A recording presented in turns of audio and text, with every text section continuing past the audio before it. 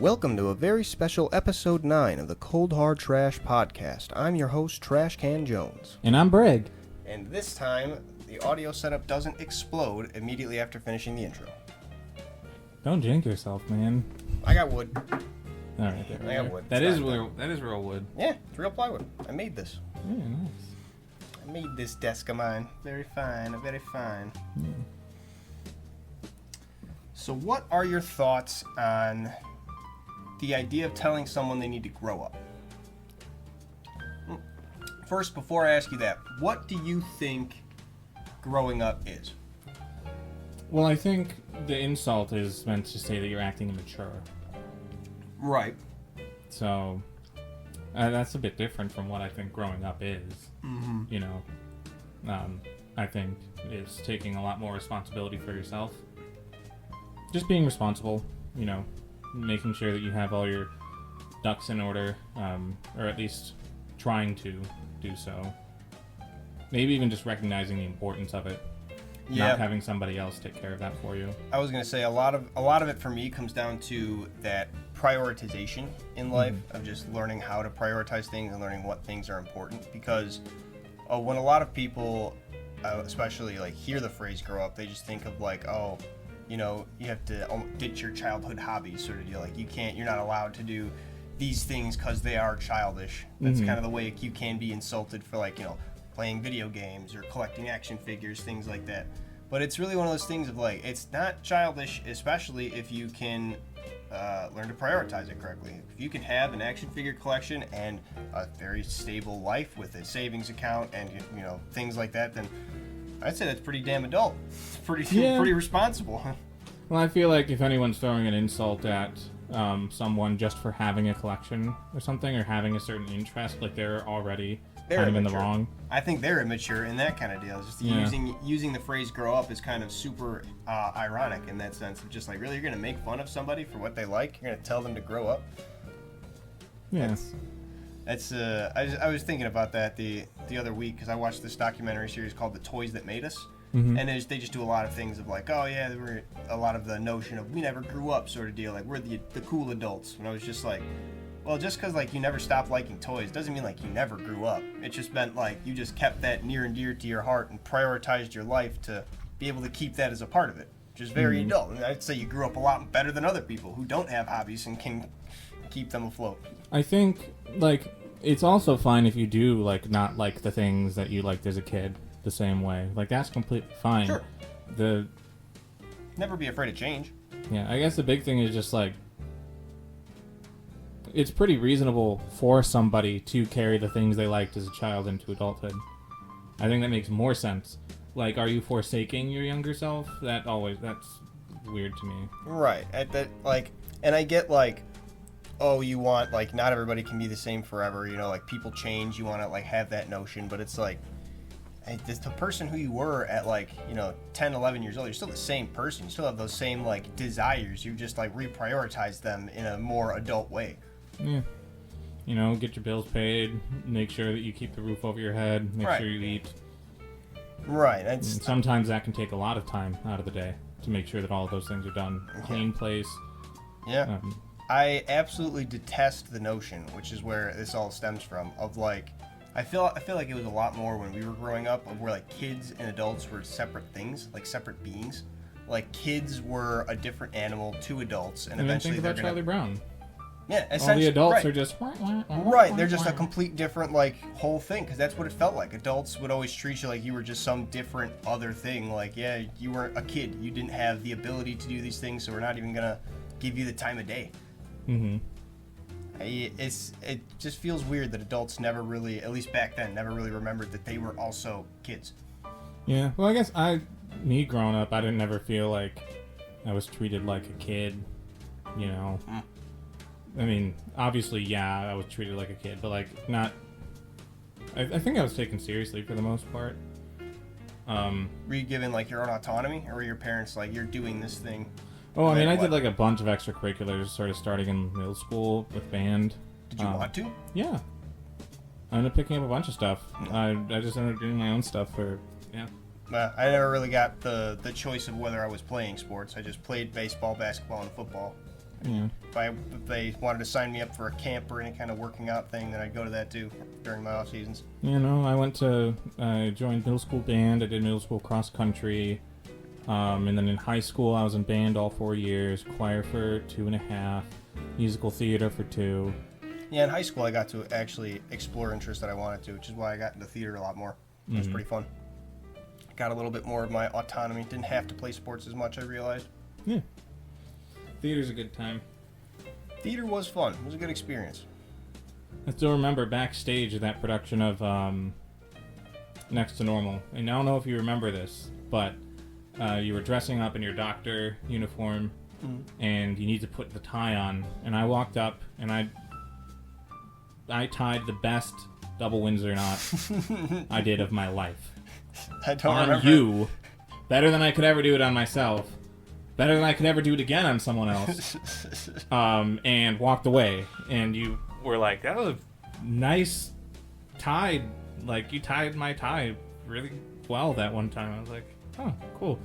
Oh. I don't know what came over me. I had the urge to tie your tie. I was going to say, I definitely wouldn't need that. I'm usually the guy that ties other people's ties because I went to Catholic school. Ah. That's pretty funny. I don't remember that specifically, but thank you. It's your aura. It's your Catholic school aura. You have a frame fit for someone else tying a tie on you. It just worked. Yeah. I was overcome with the power of God. This is God told you to tie my tie. Yeah.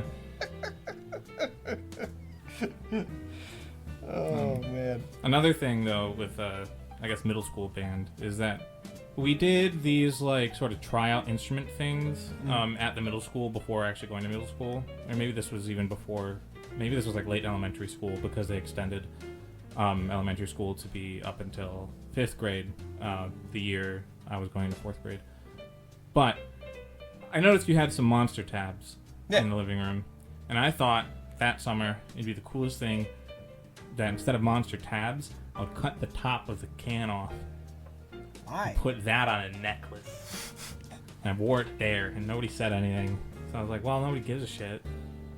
Of course nobody gives a shit. What is there to give a shit about? Honestly, I don't blame them. You cut off like where it said like taurine and B vitamins and all that? No, just the top ring. The part of it that you like pop open, you know? And it's more than the tab. I saw people with tab necklaces. I'm like, I want to copy them. I want to do my own thing. Trying to be original. Yep. Taking my own wacky direction. I can't really clown you too much. I used to have in my room growing up a shelf of one of every Monster can back when I was first into drinking them. Nice. Every single flavor. I used to have that with this one company of wine that I really liked the art on all their bottles, and they only had like 6 bottles of wine, so it's pretty easy over the course of however long to pick up one of each of them and collection. Have them on a shelf. Nice. That was nice. Heck yeah. Do you know what a Donnybrook is? I've watched Letterkenny. It's a fight. Yeah. Is it specifically a hockey fight, or is it just how Canadians talk? No, it specifically refers to like I assume multiple person, but bare knuckle, like bare out brawl. Just where like there's kind of no rules. People are like biting, scratching, punching, throwing everything. Mm-hmm. It's why I paired it with Bedlam, because it's pure Bedlam usually, if you know what that means. Just like the world's ending, essentially. Probably essentially Donnybrook. Right, it means there's a Donnybrook going on. I watch a lot of old wrestling, and just hearing the wrestling announcers like say things like that, or just like the bygone phrases like, "Oh, this is turning into a proper Donnybrook. It is pure Bedlam here tonight," and I'm like, "Oh yeah." That's the type of shit I love. Even with just 2 guys, or is it like the 2v2s or the No, it'd normally be like once like, you know, the whole mess started breaking out, because it'd be like a, you know, one-on-one fight, and then somebody would come in and interfere with the fight, and then somebody else would come in and try to even the odds, and then eventually the locker rooms were just clear, and everybody would be like 30 people in the ring, all just punching, swinging, throwing each other around. Super, and then that's the crowd's going crazy and everything. It's just a wild thing to watch of like, this is like, they're just kind of responding to the crowd. Like 2 people started fighting, they're like, yeah. 3 people, yeah. 4 people, yeah. And just eventually just everybody comes out. It's like a Halo kill streak, you know? You keep on saying higher and higher up words. You just keep going, and everybody just keeps getting crazier. It's so, wrestling in the early 90s is such a time. Yeah. I love watching those old videos. It's probably like, if you're an announcer or something like that, you should have a big vocabulary like that. Yeah, you make things like interesting. You never say the same thing twice. Yeah. That is true. Speaking of announcers, there's this one guy. I gotta look this one up. But he's like a baseball player that basically anytime he hits a home run is when they need to make some type of other like pretty significant announcement about something happening in the country. Wait, what? It just happened to be every time he hits a home run? Yeah. Oh, poor him. Misses the news headlines. Guy who always hits a home run with a bat. Thank you, autocomplete. With a bat. A home run with his fist, Donkey Kong style, like in Mario Super Sluggers. Just... NIck Castellanos. NIck Castellanos, okay. Sounds like a baseball player, alright. Yeah, I found it on Steve McDykel. Video. I wanted just a text list. Every somber moment interrupted. Google text. Where's it at? Where's Google Web or whatever the hell you were talking about that episode? August 19th, 2020, when broadcaster Tom Brenneman was caught on a hot mic saying a homophobic slur, subsequently resigned. They did a second time in 2021 when he homered while the Royals broadcast was eulogizing a World War II veteran who had died at age 97 2 days earlier. Wait a minute, hold on, back that up. It's like the second he hit a home run, the guy was just hot mic saying a homophobic slur, and they were just like, and they just cut the broadcast out. I mean, he resigned from his right, job, but I mean, I like, don't know. The live broadcast was just like, he just dropped the F-bomb, and then it was just like, and then silence while the crowd was like, yay, he hit the home run, woo. Seems a bit... Speaking of hot mic. I was a bit hot there. Yeah, you're peeking. Peeking. Let's see, what's this other one? Castellanos came through the first hit in a Phillies uniform, while the Blue Jays spring training broadcast was discussing pitching coach Pete Walker's apology for a DUI arrest. This guy can't catch a break. Hit a home run just as Phillies broadcaster Tom McCarthy was playing tribute to fallen service members. Again? Twice? It's his fucking thing. It's what he does. It's only when the broadcast is distracted by something super somber and serious can he do good. Oh, that's rough. I feel bad for Nick Castellanos. Well, then you gotta just sort of stack the thing, right? You just gotta start talking about, like... You gotta memorialize, like, every single World War II veteran if he's playing a home game, and then he's just gonna... Wow. Yeah, right. Wow. Every time out of the park. Up, and we have anybody else can be memorialized. This child got an A on his spelling exam. Congratulations. And he just, bam, home run. Oh, what are the odds? Nick Castellanos rounding the bases. Sorry we missed it. Hit his second home run of the night while TBS broadcaster Brian Anderson was sending well wishes to former Phillies manager Charlie Manuel, who suffered a stroke. Oh, okay. It's just like his buddy.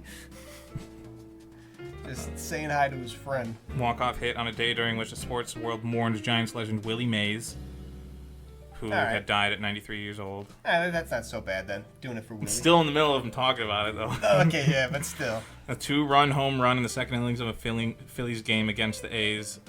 There did not appear to be any significant off-the-field incidents that would make the zinger a part of the list. However, 2 hours later, former U.S. President Donald Trump was shot at a rally in Butler, Pennsylvania. They're too close. The Trump shooters. Nick Castellanos, where he's at in the bed? He's up on deck? Oh, shit. Gotta get going. Castellanos hit a deep drive to left field on Sunday, July 21st, just as about 2 hours after the U.S. President Joe Biden announced he would drop out of the presidential race. It's Castellanos, baby. So that's recent, too. He's been going on for a while. Just every single time he does some... Not every single time. So I assume he's not batting 0.002, like only getting base hits. But it's when he does something remarkable, like hit a home run, there's just something else going on. Yeah, what's the order of operations here? I think when something significant happens, he gets like a power-up. Or maybe it happens before something big happens. So if he hits like a bunch of home runs, like you need to alert the Secret Service. Right, like he's the conduit. Yeah, you got to check out like earthquake predictions, storm predictions. Right, like that's probably what happened. Like they hit the home run and everybody was like on edge, like at the rally of the Trump rally. Like he hit the home run, nothing happened. What's going to happen? Everybody's all over the microphones. That's why they got distracted. Exactly. NIck Castellanos hit the home run. That's fucking wild. What a life. What a legacy. Like, there's a butterfly effect. Just a simple bat of the butterfly changes the entire course of history. Yeah. It's a simple bat of the Castellano. Simple ball off the bat of Castellano. Anything could happen.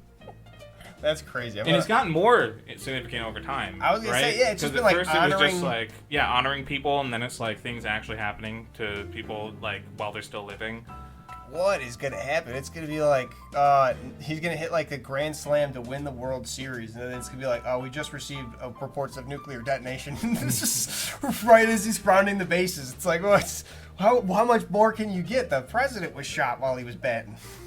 Well, I mean, he did only hit a two-person home run when that happened. That's still pretty good. So that's 2 out of 4, potential, 3, depending on how you're counting it. Yeah. Stars of like Castellano strength. One person, the strength of the hit. One person is just messing up like a eulogy or something like that. 2 is major political leaders. Whoa, God, we got 3 and 4. We haven't seen those yet. Yeah, if he starts powering up, like if he starts getting a little bit of the TRT scandal, he might start hitting some 3 and 4 run dingers more consistently. Who knows what's going to happen? That's going to be the end of days. I think that was written in the Bible. Yeah. As soon as the 3 and 4 stars come to life. That's ridiculous. I love that. I love that legacy. I'm gonna spread the good word of his name. Good. Okay. So, did you have a mall that you were somewhat local to growing up, to where you would kind of not always hang out there, but if you wanted to go to the mall with your friends, that was the mall you went to, and you had like a routine of going through that mall because you went there so often? I didn't go to the mall that often, but we did have one. Gurney Mills. Nice. It has one of the Outdoor World Bass Pro Shops. Ooh, okay. So it's all gussied up. They got like the wood paneling and it's got the whole big section. They got the fucking giant fish tank. They got a big model bear. Dang. Is that one of the ones that has like the bar and bowling alley and stuff in it too? I don't think so, but it was connected to the mall. And so, there was other shit there. There's like the movie theater in the mall, the Marcus Cinema. Yeah, I guess I went to the mall like a couple times, but it was not that close.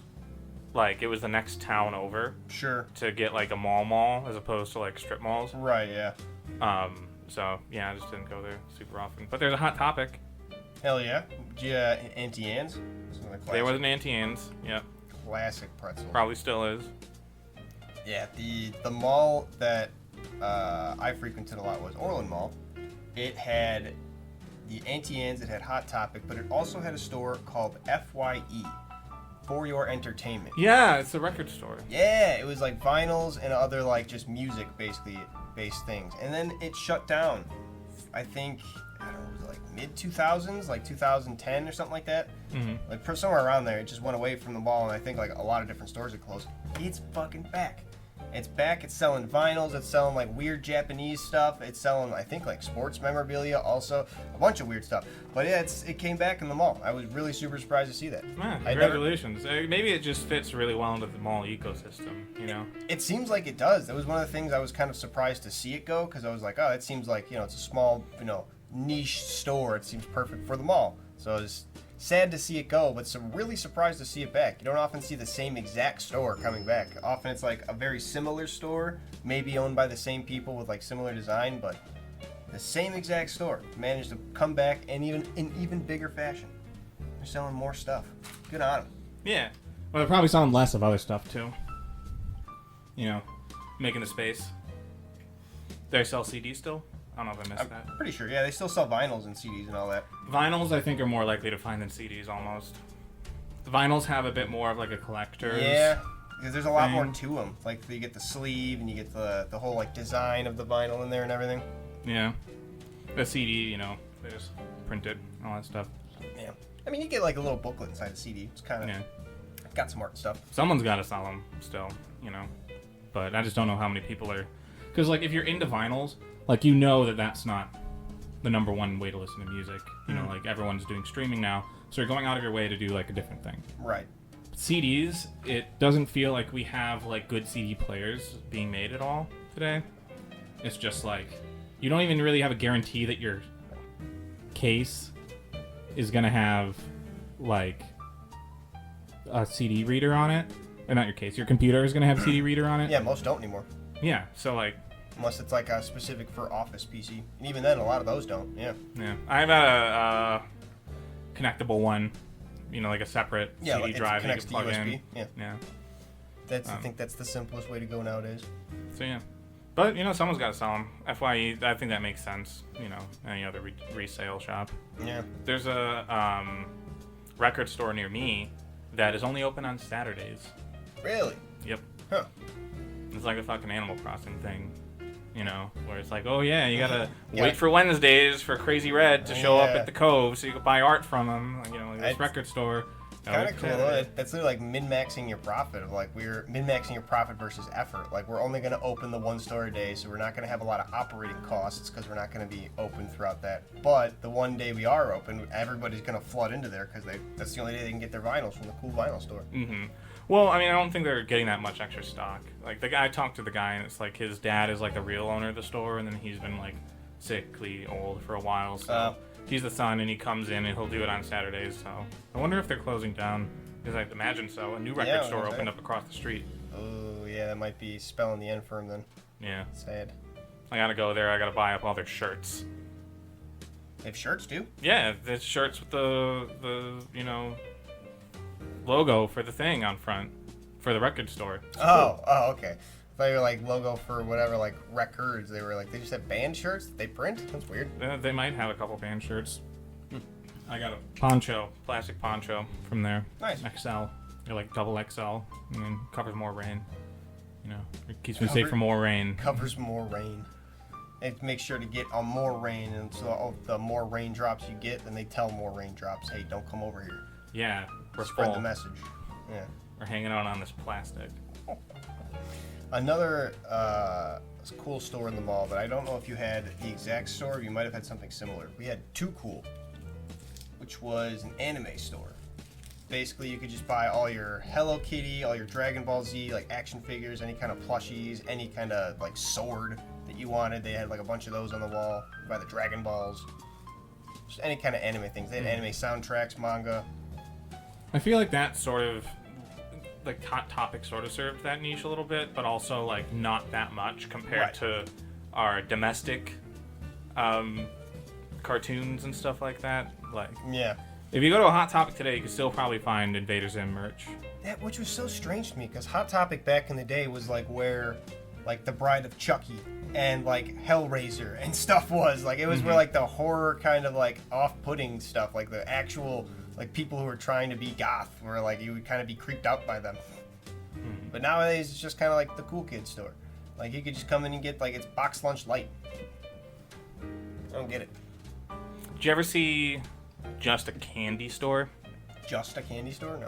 They had those opening up in the mall near me before I moved away. Where there was a couple of them too. It's just like an entire outlet and it's just candy. Oh, I thought the name was Just a Candy No. Store. Yeah, I've seen that. I've seen they have like little what you call like cut off pieces of candy where you can buy. Yeah. And candy Band-Aids and all sorts of random stuff. Yeah. The best one, kind of not really like candy wise, but a Nestle Toll House. It does ice cream and it does fresh baked cookies. So you can make ice cream sandwiches. With any cookie and any ice cream you want. And it's fresh, like the cookies are warm, so the chocolate chips the edge melty. of the ice cream. Oh, it's so good, so good. Oatmeal cookie, chocolate chip cookie, vanilla ice cream in the middle. Amazing. Oh, I don't like too much chocolate in it with the chocolate chip cookies because a lot of times you'll just get like the big chocolate chunks and it's like 30% cookies, 70% chocolate, and it's like this isn't even really. It's not what I wanted. I like the other way around. Give me a little bit of chocolate, mostly cookie. Please and thank you. I'm a fan of the chocolate chip cookies. I'm actually a much bigger fan of the oatmeal raisin, though. Same. Oatmeal raisin's good. Peanut butter's okay. I don't know, just the oatmeal raisin one is like chewy, and I'm a big raisin fan. I don't know if the kids these days are into raisins. I was a big raisin fan, even as a little lad. You ever get the Raisinets? Oh, yeah. Raisinets are not really my favorite. I know people, it's like a movie theater snack. People get a lot. Yeah, I think it makes a lot of sense. I've mostly seen it at movie theaters, which is kind of funny because, like, it's just sort of loose chocolate covering the raisin. So, like, if you were to put it into your hand, you run the risk of it melting. Yeah. And we're back. And back from audio difficulties. What were we talking about? Raisins. I mean, originally this was all coming from FYE. Yes. Which is all started coming from, like, mall.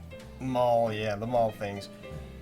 Yeah, the malls are definitely a vibe. I had a lot of different times, like, going to the mall, and I had, like, a certain, well, that's why I asked, I had, like, a certain path that I would always take. I'd always go to Auntie Anne's first, because you get your walking around pretzel, then you'd walk around to, you know, whatever shops you wanted to, then eventually you'd stop at the food court, get whatever, you know, food you wanted as the actual meal, because you already had your appetizer, and then after that, you'd walk around, shop a little more, get your Nestle Toll House chocolate chip oatmeal raisin sandwich cookie on the way out.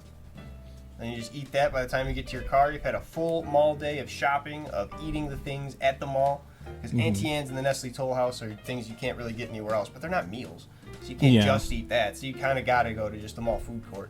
And even then, you can get, like, what's that place called? It's like Sakura in the Orland Mall. It's a Japanese restaurant, or, like, I guess just Asian food, because they do all kinds of different things. I'm not familiar with that, but my mall had a Rainforest Cafe. So the trade-offs. Heck yeah. That's pretty good. An actual restaurant. Yeah. Not a food court. We could. There's also like TGA Fridays and shit like that attached. But there was also the food court. Oh, okay. Nice. You got them both. Maybe only. I think it was just the food court. I don't think Orland Mall had any restaurants attached. Oh, that's Cheesecake Factory. There's Cheesecake Factory attached. That's a mall attached type restaurant. But there's also these things at the malls I'm thinking of. It's just a big, like, sort of hole, and you're supposed to put a quarter, and then the quarter would spin around the hole because it was like a funnel. Yeah.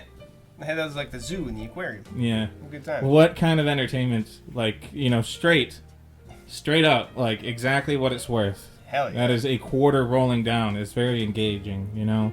My favorite, I only saw it at Toys R Us, but it was a gumball machine where you would put the quarter in and there'd just be like, you know, a pile of gumballs, and then what it would do was lower like a Ferris wheel of scoops, and it would pick up the one gumball at the bottom of the Ferris wheel, go all the way to the top, and basically like Rube Goldberg the gumball all the way through the machine. Like drop it down, and hit a thing, drop a lever, and that would hit a thing over here that would whack the gumball, and then you would get the gumball. It was like, that was worth my money. That's fun. Right? It's like the gumball, I was already expecting just the gum for 25 cents, and I got a show. Dinner and a show, Right. baby. It's beautiful. Yeah, that sounds fun. It's whimsy to the machine, Right? you know? I wonder, it's definitely got to be like the most unprofitable machine, because you figure like gumball machines would probably only make you $100 every time you fill it up. I don't know how many, 200 gumball, or it'd be 400 gumballs gives you $100. So that's maybe a little over $100. And that machine probably costs a lot to run and maintenance and all those fucking moving parts. So it's probably not worth it. Yeah. The more I think about it. But damn, is it fun. I miss that machine. Yeah, just attach a gumball machine to, like, the big old spinny quarter thing, and bada bing, bada bop. Dinner and a show. There you Less go. moving parts. Yeah, just make it like one little thing, like after it drops down, just dispense a gumball. Thanks for watching. Here's a little treat. You know how machines like this know the size of, or know what coin it is that you put in there? Is it like the thickness of it? Size, or like radius, thickness, and weight. Ah, neat. So you'll get some coins that are like in foreign currencies that just won't work for any of this stuff, and then you'll get some that are like of a close enough, like, you know, dimensions and weight and stuff like that it actually does count. Which I think is fun. Getting a 5 peso coin instead of a nickel. Right. Is, you know, a fun little thing. I didn't know this could work. That's pretty neat. Yeah, it's rare, but, you know, it's just like a little sifter thing that, like, if it's you know, this small, it'll like all fall into this hole right here, and then like if it's bigger than that, it'll get lifted Right, up, and to they'll the try return. to keep them in like a single file, so that they sort like that. But yeah, That's pretty cool. and then with a machine like the gumball machine, they probably just have the one thing to check for if it's a quarter or not. Right, especially the old-timey ones where it's just a turn slot. It's probably just only quarter size. That's it. You think you could ever do the thing where you like tie string to it and you pull the quarter out? Because you've seen it. I've seen there's no way that cartoons. works. Because if it goes down like whatever slot the quarter's sitting on, like it goes down it, that doesn't go back up the same way. It's not designed that. It can't, right? Right. So there's no way once it goes down that hole, even if the string doesn't magically get cut, like you're not going to be able to Well, it's open more it. for like maybe not those, but like for the coin slots. And like you drop in a quarter like that, and it goes ka-dunk. Even so, I think it's got to go past like, you know, if let me do it this way. If there's like a door, it's got to go down. It's got to like go past it if it's quarter sized, and then the door closes. Elsewise, it just goes down the return slot and goes right to you. So I figure if it goes past that door, like, oh, quarter accepted, closed, it's not going to be able to pull back out that door because it only goes one way, you know? Mm-hmm. So I feel like if you get it in there, you might be able to just pull it, but it'll still just get stuck, and you might break the quarter machine trying to get it back out. Yeah, but like it's still a trope, right? Yeah, no. Like, do they just come up with like, what if you could prank a machine like this, or were people actually doing stuff like that? Maybe like a dollar bill on a fishing line. You know, maybe these systems weren't as robust back then. I was going to say, yeah, maybe they Did weren't. anyone ever do it? Once, is what I'm getting at. They have to, maybe in like the 1940s and 50s when they first like invented vending machines, and they were just like, yeah, you know, we don't have any like sensors, just so long as you're putting anything like metal object through there, it'll just kind of chunk it and like make it go. So you could probably like choot and pull it back out real quick after it chunks once.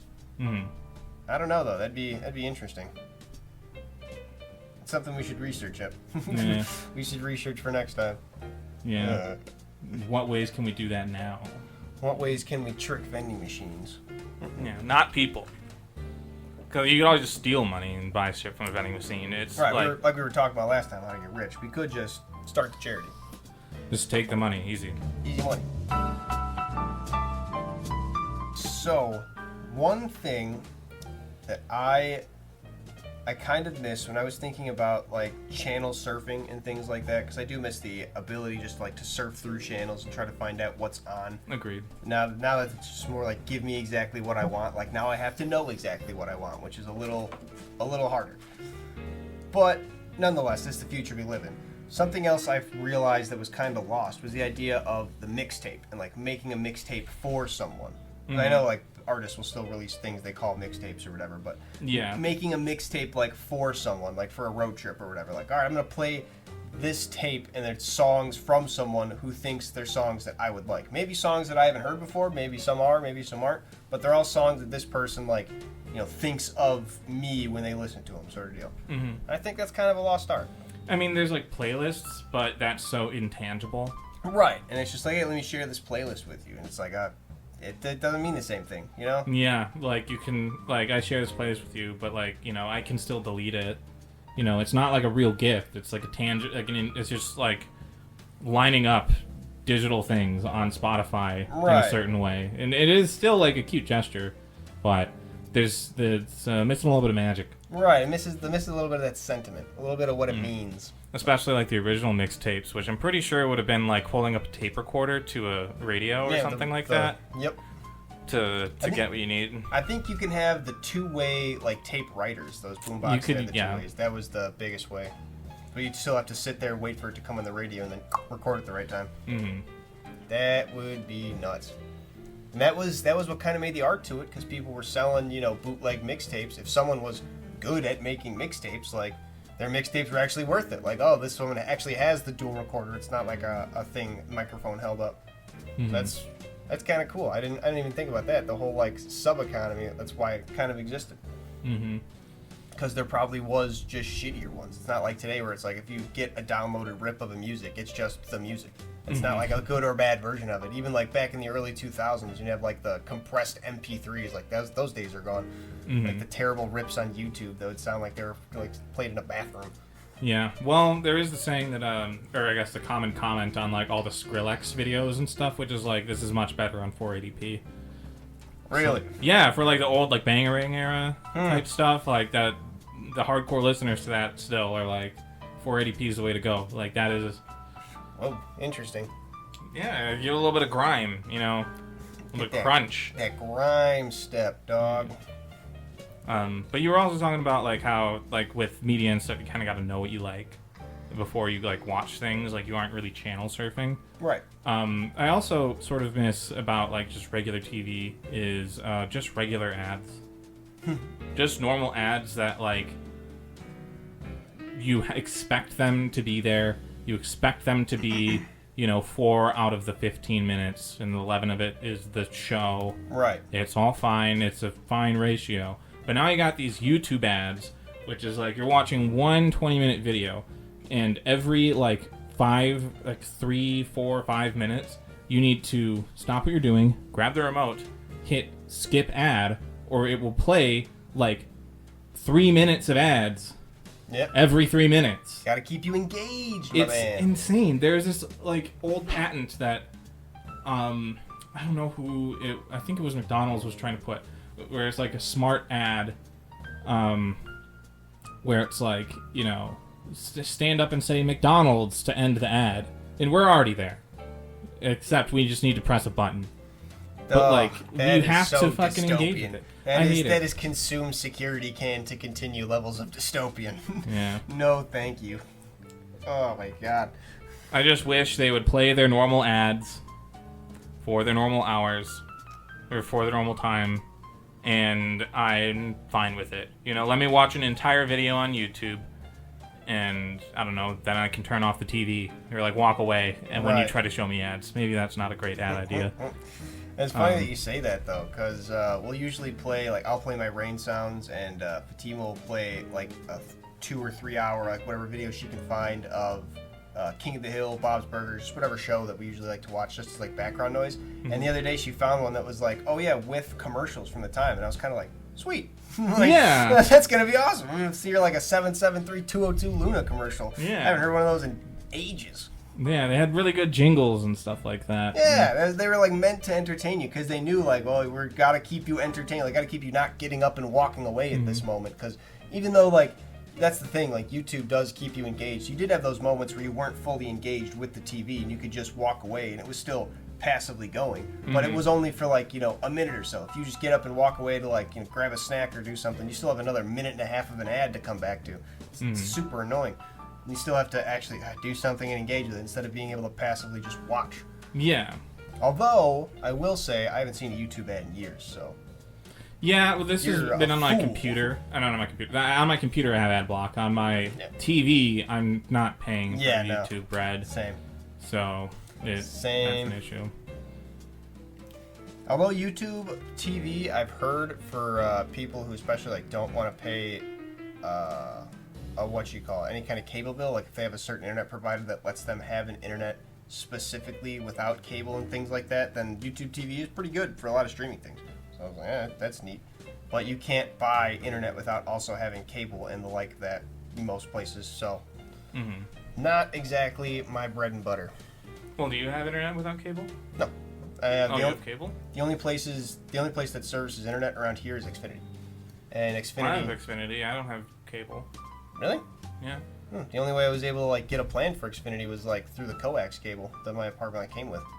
Yeah, but I just have that hooked up to the router. Yeah, and like with my plan, like it comes with whatever Xfinity Plus, like it gives me however speed Wi-Fi and all that, but it just comes packaged in with cable and all that. You know, I don't have cable. I have subscription services. They were selling bundles with that. Neat. But yeah, fucking hate new ads. I hate ads that require you like. It's a 20-minute video, and like you're gonna throw every single ad break is like threatening you to take up like 3 more minutes. You know? It's ad 1 of 2, so who knows what that second ad's gonna be as well. Yeah, and like a 3-minute ad every 3 minutes is not good. That's insane. I hate to. They'll do a sneaky on you. Oh, excuse me. Where they'll play like a 30-second ad, or a 15-second ad, and it's like, oh, it'll still skippable after 5 seconds. But if you're just like, yeah, whatever, I'll let it play, the next ad will be like a 3-minute ad. And then you need to wait another 15 seconds to skip it. I've been dealing with that. I hate it. It's like, you fucking tricked me. I thought it would just be some quick ones. That they're like, oh, you're just not paying attention? Well, bam! How about one of these? Yeah.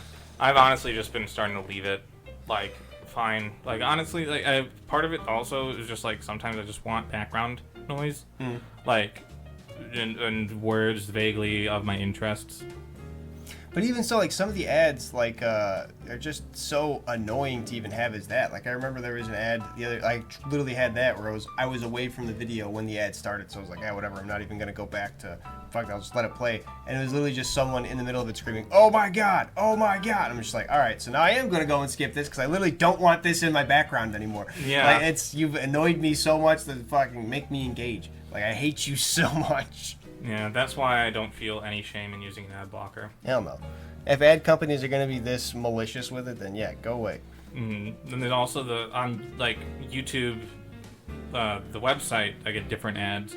There's always this like super shitty mobile game. Yeah. That they're always like lying about what's actually in it. Mm-hmm. To the point that like a lot of these mobile games, they have like just some random TikTok personality or whatever do a commercial for it, and they're like, this ad, like, you know, there's all those fake games out there that are nothing like the ads, but like this game is actually like this ad. We're showing you real gameplay footage, and right it's here. not.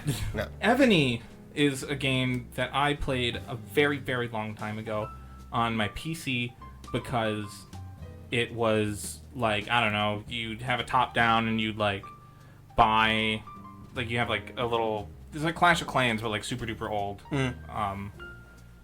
And I was like, huh, that's interesting, cool. And I played it like a day, and I'm like, okay, this kind of sucks, and I left.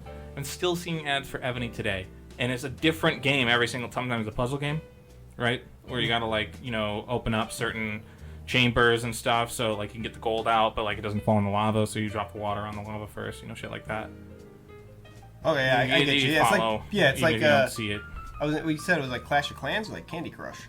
Like Clash of Clans. It's nothing like the ad. Oh, I was gonna say, yeah, what the hell then? And then they have another one where it's like, you know, you just have a bunch of guys with guns running down a straight field, yeah, and then you gotta walk through the side that has the multiplier. Oh, I'm loud as hell. You gotta walk through the side that has a multiplier, and it's just wacky. Like, it's just nothing like it. Why do you even do this? Like, why don't you just advertise the game that you actually have? Do you think people don't want to play it? If so, that's still, like, you can't just put a fake thing up there and say, like, join the game. Yeah, you know, it seems like it would be false advertising, but these companies, like, pop up and go down so quick, then they probably are able to skirt away with it, no problem. Avoid legal culpability. I've seen ads for a specific slots game, and then I've seen the same exact ad for a different slots game, and they just voice over when they say the name of the slots game. And you just only changed, literally just the name. Yeah, and it's always the same thing of like, we actually pay out fake money, but you can actually win. Here at Gambler's Paradise. Ugh, yeah, I don't know how this shit gets away with. Like, that seems like such early internet things to worry about, but it's still going on today. I don't know how it could possibly. Ugh. No one's stopping them.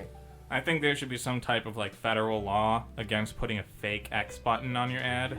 Yeah, that's another thing. It's like, it was a very early internet problem of like the fake Xing outs because like the multiple windows, because people would just copy and paste like an ad and keep the old X button in there. It's so stupid. It's ridiculous. Yeah, it's all. But it's an image that you click, so when you click on that part, you just follow the ad anyways. Yeah, it's all because of or at least in part due to because of how people are like kowtowing to advertisers of like they're the ones who are paying out the money, so we're just going to let them do whatever. Like, no one's pushing back on this whatsoever. Nobody who's at least getting paid by the advertisers especially, which is damn near everybody. Everybody that's important, at least. We're going to be against the advertisers. Ad-free. No, we're probably going to accept ads as soon as we get the option to. But that's different. An ad read from, like, a one-to-one like agreements to put this ad thing on here, as opposed to just having ad services. True, yeah, and we're not going to do any fake ones. Like if we get approached by mobile game company XYZ, let's agree right now, we're never going to just advertise a mobile game, period. No matter how legit we think it is, we're not doing that. I don't care if fucking, who's that? People who made Dota come out with Artifact 2. We're not repping it, no matter what. I reserve the right to endorse a mobile game. Well, you can do But it it's got to by be a yourself. good one. I have a high bar. You can do it by yourself. You can endorse that mobile game. Unless it's like an old Flash game that's coming back as a mobile game, that's the only thing that I will accept. Besides that, you're going to be endorsing that by yourself without the without the brand behind you. Mm-hmm. The brand. I'll have my own side. Breg from Trashcan Podcast.com. It'll just be ads. Great. So the last thing I have for today is, what if? Right? Have you seen the show Scare Tactics? I'm assuming it's like Scared Straight. So, sort of. It's one of those things where you kind of get a friend, like, assigns up another friend for it, and they put them in this whole scenario, like a fake scenario, obviously, of just like... Oh, it's like Punk'd, but really mean. Right, yeah, of just like, you're going to get this job opportunity at a morgue, and then, like, they, hire somebody to, be like, get up from the sheet and, like, just, like, scare the shit out of them a little bit. So, I think we have that whole kind of scenario, right? But instead of just trying to, scare them, we actually just like, or I guess it is trying to scare them with the whole intention. But we do a whole thing of just like, crimes instead of like, just trying to actually scare them. Like we make it seem like we're gonna pin them for crimes. Like we have this whole thing like, oh, my friend's, he's gonna be walking out from work at this time, you can get him then, and we just like have 4 guys in ski masks like holding big bags with dollar signs out, like get him, like rough him up and throw him in the car, like, oh, we gotta take this guy with us or whatever. I guess he's part of it. Like they're holding him at gunpoint the whole time, and then the cops come and they all ditch, but he's still stuck there holding the bag. Right, yeah, and then like the cops are like firing bullets at the car, and he's stuck in there like thinking he's gonna die for something that he definitely didn't do. And then after all that, the cop comes out and he's like, hey, guess what? You're getting pranked, bud. And it goes in a little extra step because it's not just like, oh, you're trapped in this situation. Like you're actually like a part of this, and you're actually gonna have to do some things like that. I feel like it's gonna be extra funny. It might be a little hard to set up, but I feel like... Oh, what, we're doing this? Oh yeah, there's a prank show. I feel like we can do this. Oh, I thought you were telling me that's what Scared Straight is, and it already existed. No, Scare Tactics just like, puts people like, next to things that are scary and like spooks them out. But I want to throw people into the situation. Like I want to have them like, oh, we're going to go for a skydiving lesson. And the pilot just is like, you know what, I hate this. And then jumps out of the plane and and then like luckily, secretly like, the other guy is also a pilot, like who's a skydiving instructor. He's like, oh no, what are we going to do? The whole time, and then they just, make them think that they're gonna die.